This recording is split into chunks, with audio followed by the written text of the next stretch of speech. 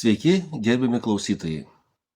Daugelį nuoširdžių krikščionių, skaitydami raštą arba šiaip girdėdami daug įvairiausių pasakojimų, istorijų iš kitų tikinčių žmonių, išgirsta, kaip Dievas ypatingų būdų arba stebuklingai padarė didelių darbų, tiesiog ar atvedė žmonės pas Dievą, ar taip kažką išgelbėjo. Ir daug krikščionių yra, kurie tiesiog taip pat norėtų kažką panašaus patirti ir taip pat pasitarnauti Dievui, bet nežino, kaip tai padaryti. Ir bando tiesiog pamėgdžioti kai kurios žinomus žmonės arba žinomus švento rašto personažus, kurie didelius stebuklus padarė. Bet laiko einant pamato, kad nieko nesigauna iš to, ką jie stengiasi, daro, ir ateina tam tikras nusivylimas.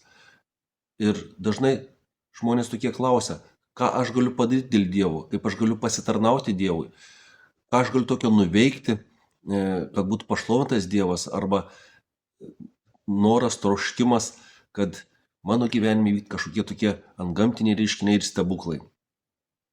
Ir aišku, kada nemato savo gyvenime kažko ypatingo, jos dažnai ištinka tam tikras kaltės jausmas. Bet aš jums turiu gerą naujieną. Dievas nieko iš mūsų nereikalauja, kas būtų virš mūsų jėgų ir mūsų galimybių. Tad šiandien mano tema bus, ką laikai savo rankoje. Truputėlį pažvelkime ankstesnius laikus, dar iki Mozės. Dar Dievas Abromui buvo davęs pažadą. Paskaitysime iš švento rašto pradžios knygos 15 skyriaus 13-14 eilutė. Tuomet Viešpats tarė Abromui, tu turi žinoti, kad tavo palikuonis bus ateiviai ne savo krašte, ten jie bus pavergti ir kenties priespaudą 400 metų, bet tautą, kurią jie vergaus, aš teisiu, po to jie išeis su dideliu lobiu. Taigi Dievas davė pažadą Abromui, kad jo palikuonis bus išvaduoti, išgelbėti. Ir Izraelio tauta beveik 400 metų laukė to pažado, kada Dievas išpildys. Per tą laiką Izraelio tauta patyrė įvairiausių momentų. Buvo ir pakilimų, bet vėliau Egipte jiems gyvenimas apkarto ir Egipto faraonai pradėjo engti hebrajus.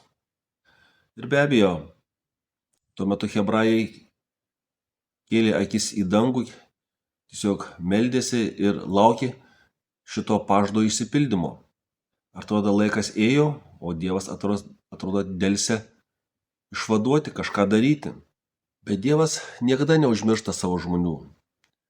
Tiesiog pas Dievą yra savas laikas ir jis geriausiai žino, kada atlikti gelbėjimo darbą ir kokius žmonės panaudoti. Taigi Dievas nusprendė pašaukti Mozę, kuris tuo metu buvo patapęs piemeniu ir ganė avis. Ir Dievas jam ypatingų būdų aišku apsireiškė ir tiesiog kreipėsi jį su kvietimu, kad jis turi išvesti Izraelio tautą iš Egipto žemės. Žinoma, Mozė nematė, kad jis tinkamas šitam darbui. Ir štai koks buvo jo pasiteisinimas. Išėjimo knyga, 3 skyrius, 11 eilutė. Mozė sakė, kas aš toks, kad galėčiau eiti pas faraoną ir net išveščiau izraelitus iš Egipto. Ir kitoje vietoje Išėjimo 40 Mozė dar taip sakė, mano viešpatie, aš niekada nebuvau iškalbus, nei praeitie, nei dabar, kai tu prakalbinai savo tarną. Aš lėtas praverti lūpas ir mano liežuvis nerangus. Taigi Mozė visai pasikalbinėjo ir dar vienoje vietoje Išėjimo 6 skyriuje 12 eilutės taip pasakė. Bet Mozė sakė viešpačiui, žiūrėk, izraelitai manęs neklauso, negi faraonas manęs paklausys, aš juk nesu iškalbus. Taigi Mozė visai atsikalbinėjo, nes pasakė, kad aš nesu iškalbus, aš nesu tinkamas tam darbui. Ir mums taip pat labai dažnai atrodo, kad mes daug ko negalime padaryti. Bet Dievas geriau žino. Ir jeigu jis mus kviečia, mes turime atsiliepti į kvietimą, žinodami, kad jis niekada nepalieka mus vienus įvykdyti jo užduotį, kuri atrodo mums ne pagal jėgas. Taigi Dievas paklausė Mozės Išėjimo 4 skyriuje 2 eilutėje. Viešpats paklausė jo, ką laikai savo rankoje? Lazdą, atsakė jis. Čia yra toks momentas, kur Dievas parodo savo išmintį, kai jis gali panaudoti mūsų kasdieninius įrankius. Tai, kas yra mums įprasti darbai, įrankiai, jis juos gali paversti tokiais įrankiais, su kuriuos mes padarysime didelius darbus ar stebuklus. Ir štai Dievas tiesiog paklausė Mozės, ką tu laikai savo rankoje. Be abejo, jis, kadangi buvo piemuo, jis turėjo lazdą, su kurio galėdavo tiesiog apginti avis nuo plėšių žvėrių arba einant pats pasiremti, kad nesukluptų. Vis tai jis nebuvo jau jaunas, reikalinga buvo ir matoma ir lazda. Taigi jis turėjo rankoje lazdą, kuri atrodė paprasta lazda, nieko neįsiskirianti, nieko neįpatinga. Ir aišku, niekada nebūtų pagalvojęs, kad su ta lazda jis eis išvaduoti Izraelio tautą. Ir Dievas sakė, mes šitą lazdą ant žemės. Ir kai jis numetė, ji pavirto gyvate. Taigi Dievas parodė, kad tas paprastas įrankis gali pavirsti ypatingų įrankių, su kuriuo stebins pasaulį. Taigi nuo šio momento Mozės lazda tampo Dievo lazda. Nuo šio momento Mozė daugiau nebebuvo piemeniu Midijano žemėje.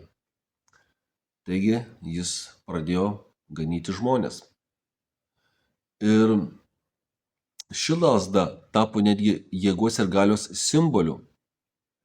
Kaip ta lazda tapo simboliu? Ogi jis darė stebuklus ta lazda. Žinoma, ne Mozė darė stebuklus, Dievas darė stebuklus.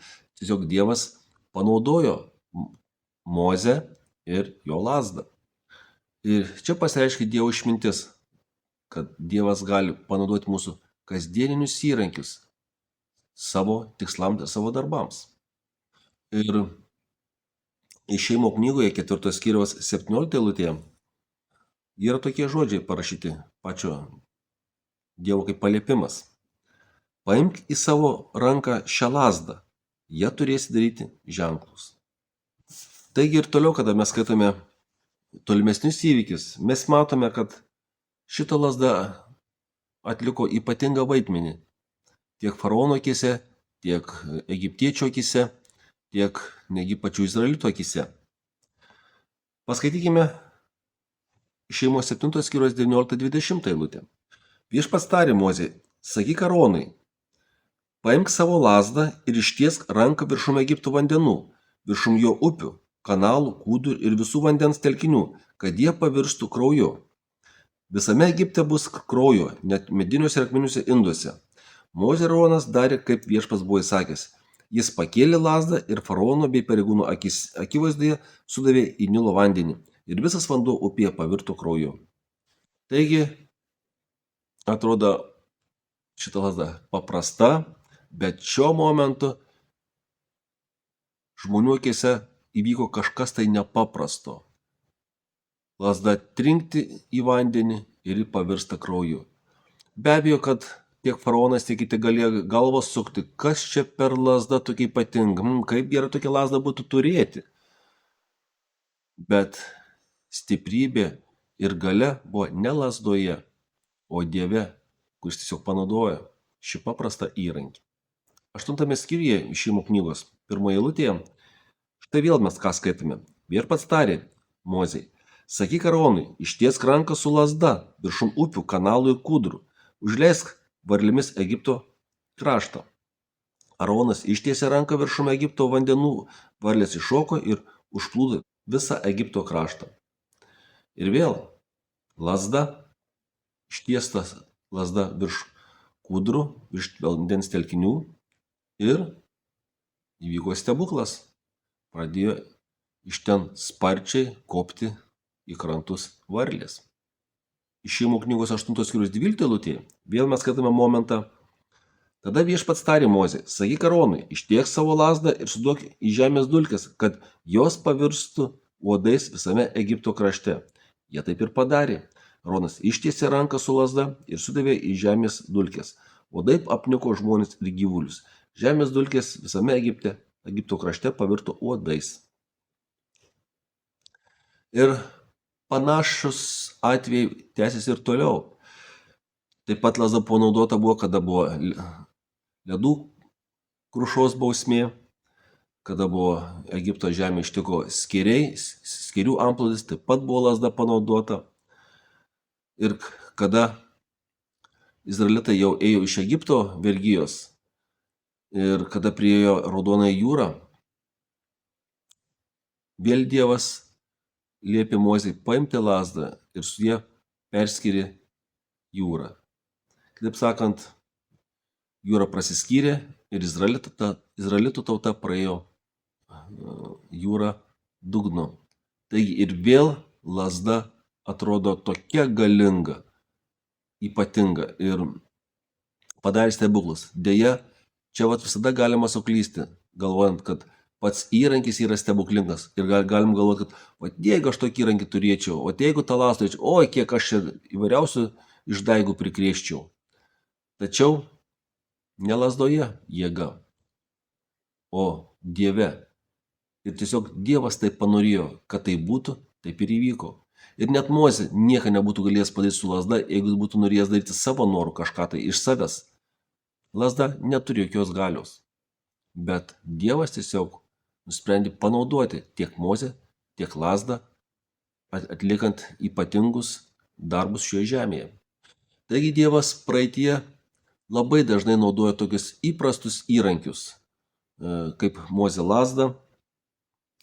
Taip pat Dievas panašų atveju panaudojo, kada Daudas nugalėjo Golijafą. Dovydas taip pat pasiėmė savo įprastą svaidyklę, su kuria buvo įgudęs apsiginti, kada ganė avis. Taigi Dievas panaudojo ir šiuo atveju Daudo svaidyklę, kad jis nugalėtų Golijafą. Vėl tai buvo jo kasdienis įrankis.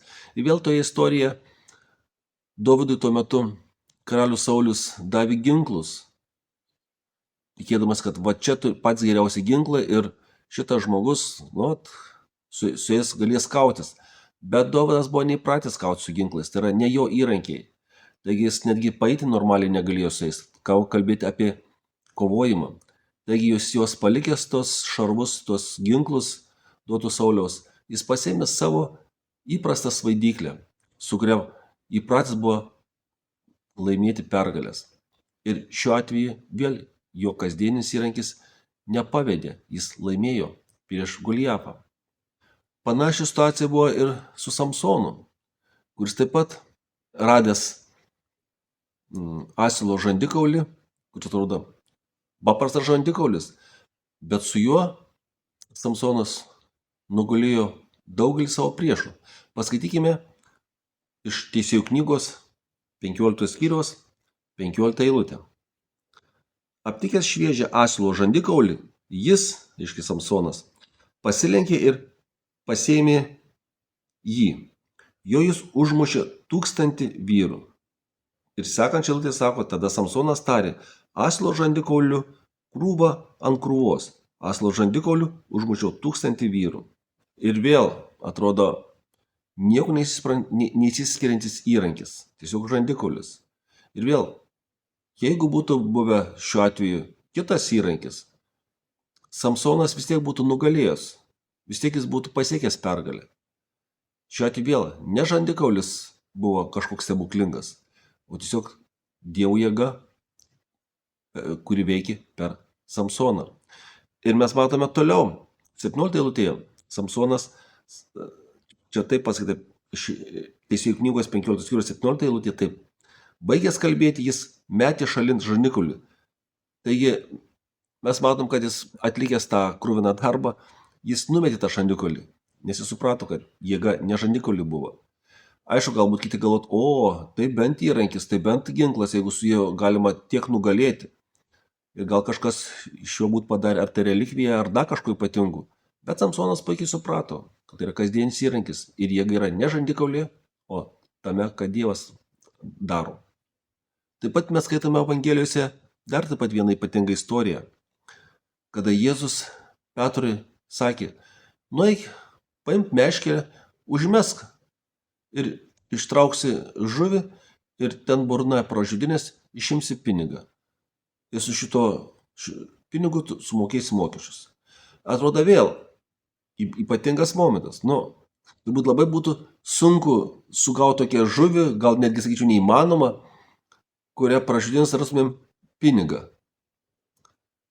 Ir vėl mes matom, kad Kristus situaciją taip gražiai sprendžia, kad tiesiog liepia Petrui, kuris buvo įgudęs žvejys, tai yra, sakant, jo tai hobis, ar tai buvo jo profesija žvejoti. Ir šiuo atveju Dievas nepasakė Petrui, žinai, Petrai, tu nueik į statybas, ten padirbėk ir ką uždirbsi, sumokėk. Ne, Dievas pasakė Petrui, tai kas jam gerai buvo išmanoma ir žinoma. Kaip žvejui, sako, nueik, pagauk žuvį, pražudinės, paimk pinigą ir sumokėsi. Tad peržvelgus šias istorijas, mums tiesiog kyla klausimas, ką mums reikia turėti, kad galėtume tarnauti viešpačiui, kad taptume jo galybės simboliu. Visi mes žmonės turime kažkokius tai talentus, kažkokias tai dovanas, kažką veikti, kažką daryti. Ir jeigu mes savo dovanas, savo talentus pašvęsime viešpačiui, Dievas per juos gali daug dalykų padaryti. Netgi stebuklų gali padaryti. Bet svarbiausia, mes turime savo širdis pašvęsti viešpačiui. Jeigu žmogus savo širdies viešpačiui nepašvenčia, jokie įrankiai neturės tiek galios ir jie nieko nepadarys dėl Dievo. Todėl pirmiausia yra svarbu žmogaus širdis.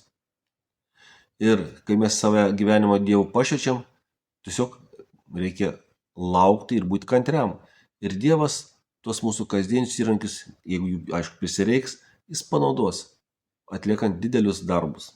Šiandien Dievas į mus kreipiasi lygiai taip pat kaip į Mozę, tais senais laikais, klausdamas, ką tu laikai savo rankoje. Ir mes turim pažvelgti į savo rankas, ką mes turime, nes ką mes turime, būtent tai pasitarnaus darant didelius Dievo darbus. Patarlių knygoje, 3 skyriuje, 9 eilutėje yra tokie žodžiai užrašyti. Gerbk viešpatį viskuo, ką turi. Mūsų įžanginis tekstas parodo aiškiai Dievo išmintį. Jis nelaukia iš mūsų nieko tokio, kas būtų virš mūsų jėgų ar mūsų galimybių. Dievas nereikalauja iš mūsų, kaip viename humoristinėme paveikslėlyje parodyta, jog visiems gyvūnams buvo duota viena užduotis – įlipti į medį. Tame tarpe buvo įvairiausi gyvūnai, beždžionės ir be abejo žuvis ir kiti gyviai. Ir pasakyti, kad užduotis visiems vienoda. Žinoma, kaip ta žuvis gali lipti į medį, tai yra neįmanoma. Beždžionė tai vienas juokas. Taigi iš tikrųjų ir Dievas iš mūsų nereikalauja, kad mes visi vienodai tarnautumėm, visi vienodai atliktumėm kažkokius tai darbus, bet Dievas žiūri į mūsų pastangas, į mūsų galimybės, į mūsų aplinkybės ir tada jis paklausia, ką tu laikai savo rankoje, ką tu turi. Ir būtent tuos mūsų įrankius paverčia atlikti ypatingus darbus dėl Dievo arba dėl žmonių gelbėjimo. Ir Jėzus Mato Evangelijoje 25 skyriuje taip pat kalbėjo palyginimą apie talentus, kaip šeimininkas paliko savo tarnams skirtingą kiekį talentų ir liepė verstis taip, kad tie talentai dar daugiau uždirbtų. Ir kada sugrįžo tie tarnai, kurie gavo viens 10 talentų, kitas 5, jie dar tiek pat uždirbo, o tas gavo, kuris mažai, jis juos užkasė į žemę. Ir mes matom, kad Dievas arba Kristus nepritarė tokiam metodui, kad tuos talentus, tuos pinigus užkastum į žemę. Ir be abejo, ten, nors atrodo, ten ne pinigai talentai, bet pas mūsų taip pat yra žmonių dovanos talentai. Taigi rodo, kad jeigu mes, turėdami įvairiausių talentų, jų nenaudosime, laiko einant mes tuos įgūdžius prarasime, pamesime ir nepanaudodami jie išnyksta. Taigi, kada Kristus sako, kad atimti iš to, ką ir turi, iš to tarno, kuris tų pinigų neleido apyvartant, tai rodo, kad ir mes, jeigu dėl Dievo ir dėl žmonių nenaudosime talentų, savo dovanų, įgūdžių, mes juos prarasime. Taigi Dievas nori, kad mes savo talentus, dovanus jam pašvęstumėm ir tokiu būdu jis juos paskalsins ir padarys, kad jie atliktų mūsų gyvenimuose didelių darbų. Tad, brangus klausytojai, noriu pasakyti, kad per daug savęs negriaužkite, jeigu jūs negalite būti tokie kaip Dovydas, kaip Samsonas, kaip Mozė, kaip Petras ar kitokie, arba kiti šių laikų mūsų žinomi ar tai pamokslininkai, arba kiti žmonės, kurių gyvenimuose įvyko didelių stebuklų. Mes neprivalom kopijuoti juos, ką jie padarė, bet mes galime iš jų kopijuoti jų ištikimybę Dievui, kaip jie savo širdis Dievui pašventė. Čia reikėtų mums sekti tais pavyzdžiais. Ir tiesiog nereikia savęs griaužti, jeigu aš negaliu būti kaip jie ir atlikti tos darbus, bet aš galiu atlikti tokius darbus, kokius šie žmonės nebūtų galėję padaryti. Todėl pažvelkite į savo kasdienybę, į savo gyvenimą ir tiesiog sakyti: Dieve, ką aš turiu, panaudok mano galimybės, mano įrankius, kad tu būtum pašlovintas ir būtų išgelbėta kuo daugiau žmonių. Ir jūs pamatysite, kaip Dievas nuostabiai jūs panaudos saviems darbams ir jūs patirsite iš to palaimą ir patirs palaimą taip pat ir aplinkiniai žmonės. Tada aš visiems linkiu taip ir tarnauti jam visa širdimi ir telaimina jūs Dievas. O dabar lenkime galvas prieš Viešpatį maldai. Dangaus Tėve, kuris danguje esi, Tėve, iš tikrųjų tu matai mūsų širdis, kurios trokšta eiti tavo keliais. Ir ne visą laiką mes sugebame padaryti didelių dalykų, bet aš žinau, Dieve, kad tu žiūri į širdį. Ir todėl mes, Dieve, pašviesiam savo širdis, kad tu mūsų gyvenimuose atliktum savo darbą taip, kad mūsų gyvenimas nenueitų tuščiai, nenueitų veltui, bet kad mūsų dovanas ir talentai pasitarnautų tau ir tavo darbui. Ir dėkuoju, kad tu mus išklausai per Jėzų Kristų. Amen. Sudie.